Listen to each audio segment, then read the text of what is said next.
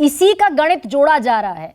और मेरे सहयोगी राजीव रंजन को भी एक खिड़की में आप देख रहे हैं, 5 राज्यों की चुनावी यात्रा पर वो निकले हुए हैं और बड़ा कमाल का संयोग है कि राजस्थान पर हम बात कर रहे हैं और वो भी राजस्थान के चित्तौड़गढ़ में है।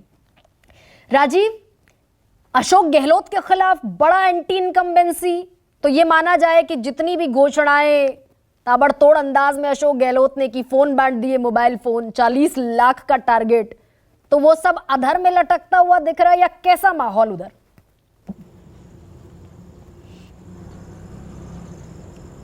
देखिए गरिमा, मैं पिछले 5 चुनाव 2003, 8, 13 और 18 और ये 23 है, 5वां चुनाव है जब मैं लगातार राजस्थान और मध्य प्रदेश आया हूँ।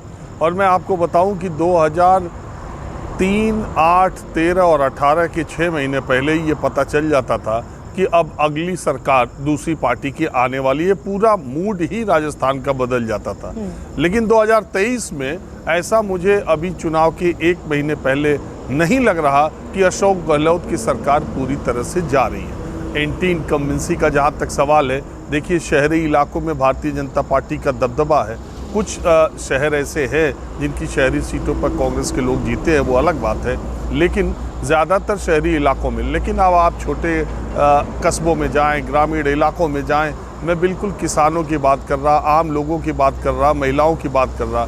तो ये जो अशोक गहलोत ने दिल्ली के तर्ज पर कह लीजिए या दूसरी जगह पर जो रेवड़ियाँ बांटने का काम किया, जो तमाम सारी योजनाएं वो लेकर के आया, हालांकि यही सब शिवराज सिंह चौहान ने भी किया। दोनों अगल बगल के स्टेट हैं और दोनों में कंपटीशन इस बात का था कि किसने कौन ज़्यादा फ्रीबीज बांट सकता है और कितनी योजनाओं की घोषणा कर सकता है।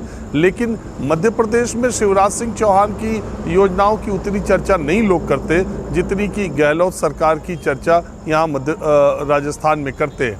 दूसरी बात, राजस्थान में वसुंधरा राजे, भारतीय जनता पार्टी आज तक जब भी आई, वसुंधरा राजे बीजेपी की सबसे लोकप्रिय चेहरा है। महिलाओं में देखें, गांव में देखें, तो वसुंधरा राजे की चाहने वाले और जानने वाले और लोकप्रियता और जनप्रियता में किसी भी भारतीय जनता पार्टी के स्थानीय नेताओं, राजस्थान के नेताओं में वो सबसे आगे रहती हैं। हालांकि अब वो पार्टी के लिए एसेट हैं कि लायबिलिटी, इसका पता तो पार्टी को ज़्यादा है, लेकिन ये ज़रूर है कि इसी बहाने राजस्थान के जितने बीजेपी के प्रोबेबल कैंडिडेट्स चीफ मिनिस्टर के लिए हो सकते थे, और वो ज़्यादातर, इंटरेस्टिंग बात है कि वो ज़्यादातर सांसद थे, तो मुझे लगता है कि पार्टी नेतृत्व को ये लगता है कि 2018 के चुनाव में ये चेहरे भारतीय जनता पार्टी को राजस्थान न जिता सके, लेकिन 19 के मोदी लहर में ये सांसद बनने में कामयाब हुए। इसी तरह ये 14 में जीते, इसी तरह ये 19 में जीते। तो अब इनको भी अपना जनाधार प्रूव करना पड़ेगा। 23 में इनको भी एंट्रेंस से गुजरना होगा।